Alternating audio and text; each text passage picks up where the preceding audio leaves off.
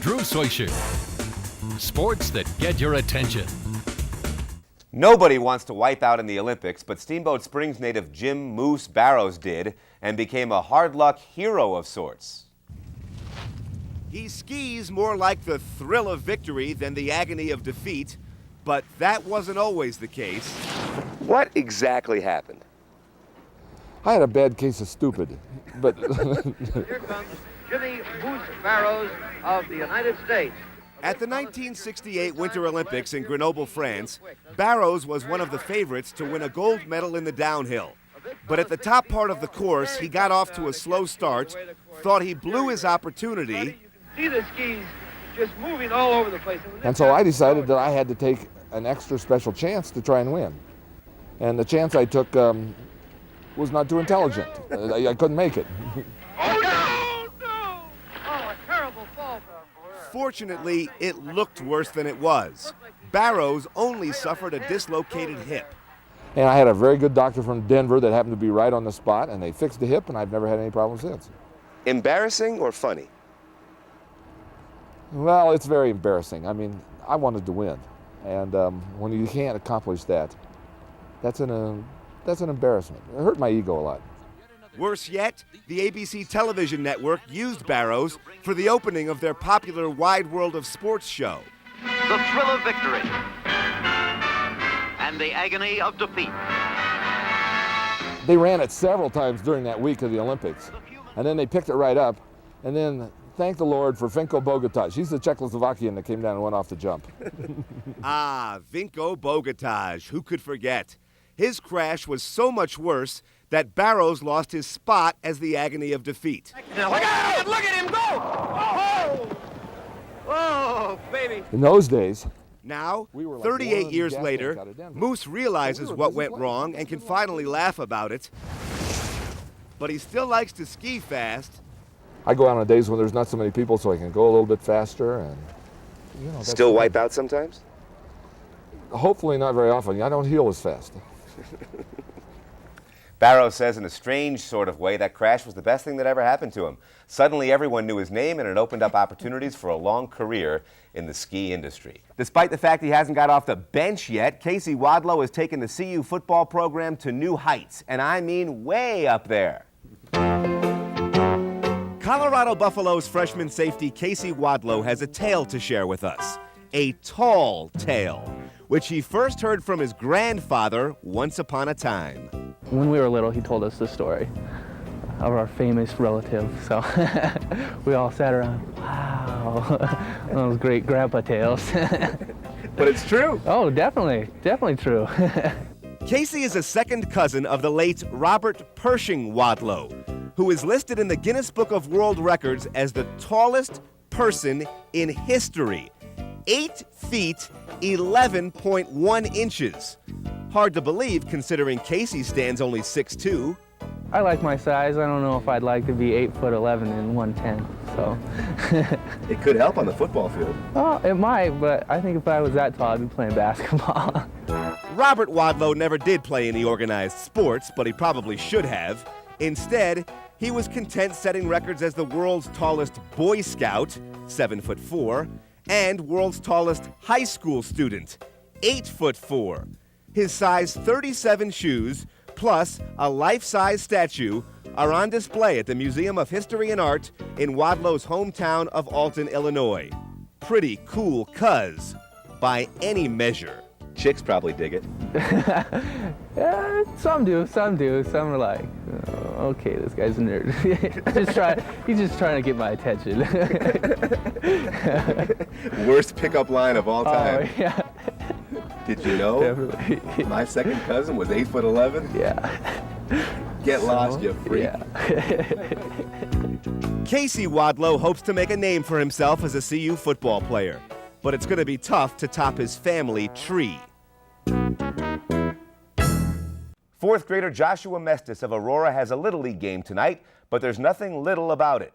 Mestas has more courage than any ball player I've ever met.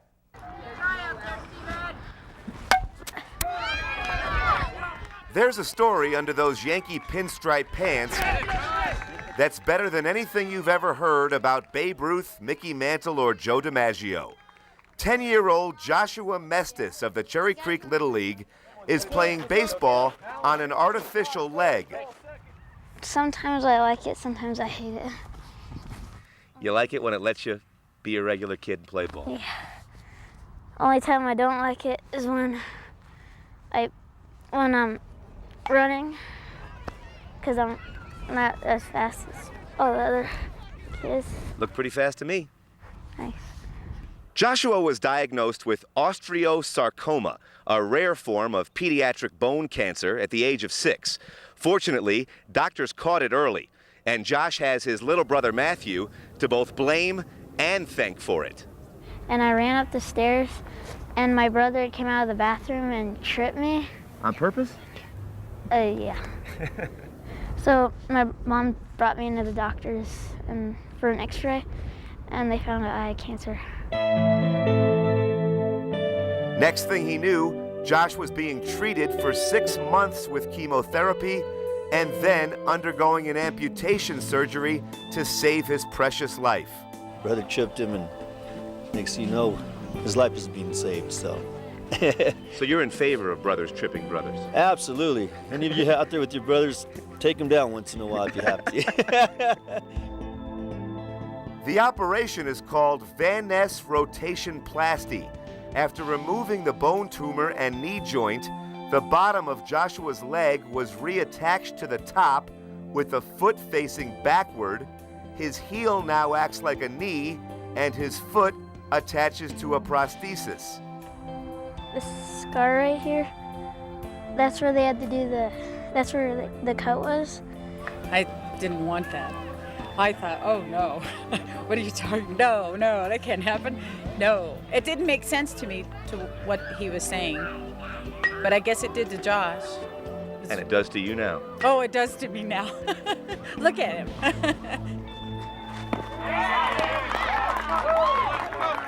Yeah, look at him.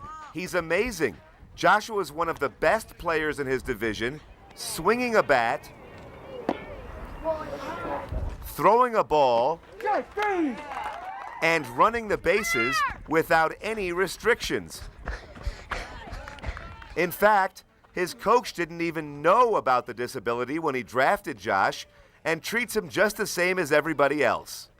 Isn't there a time, either when he knocks one to the outfield or when he strikes a batter out, that you say, wow?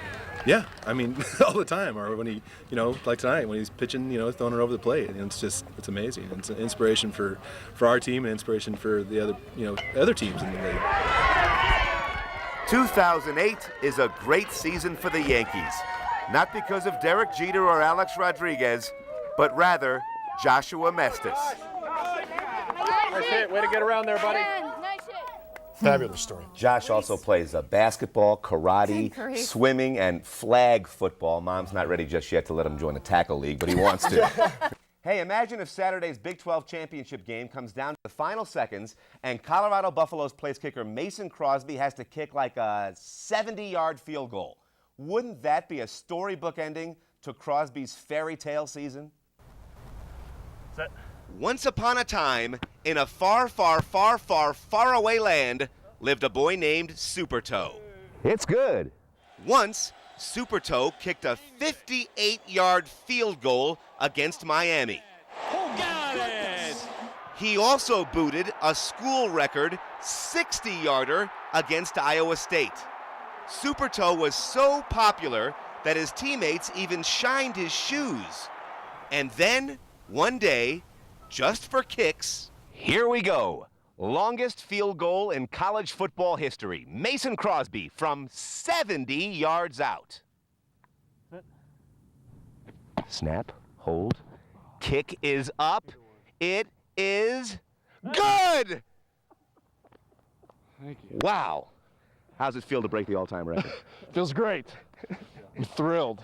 I hit a 75-yarder. We were backing up, and we were just kind of goofing around on this field, just seeing how long I could kick in. 75? Yeah.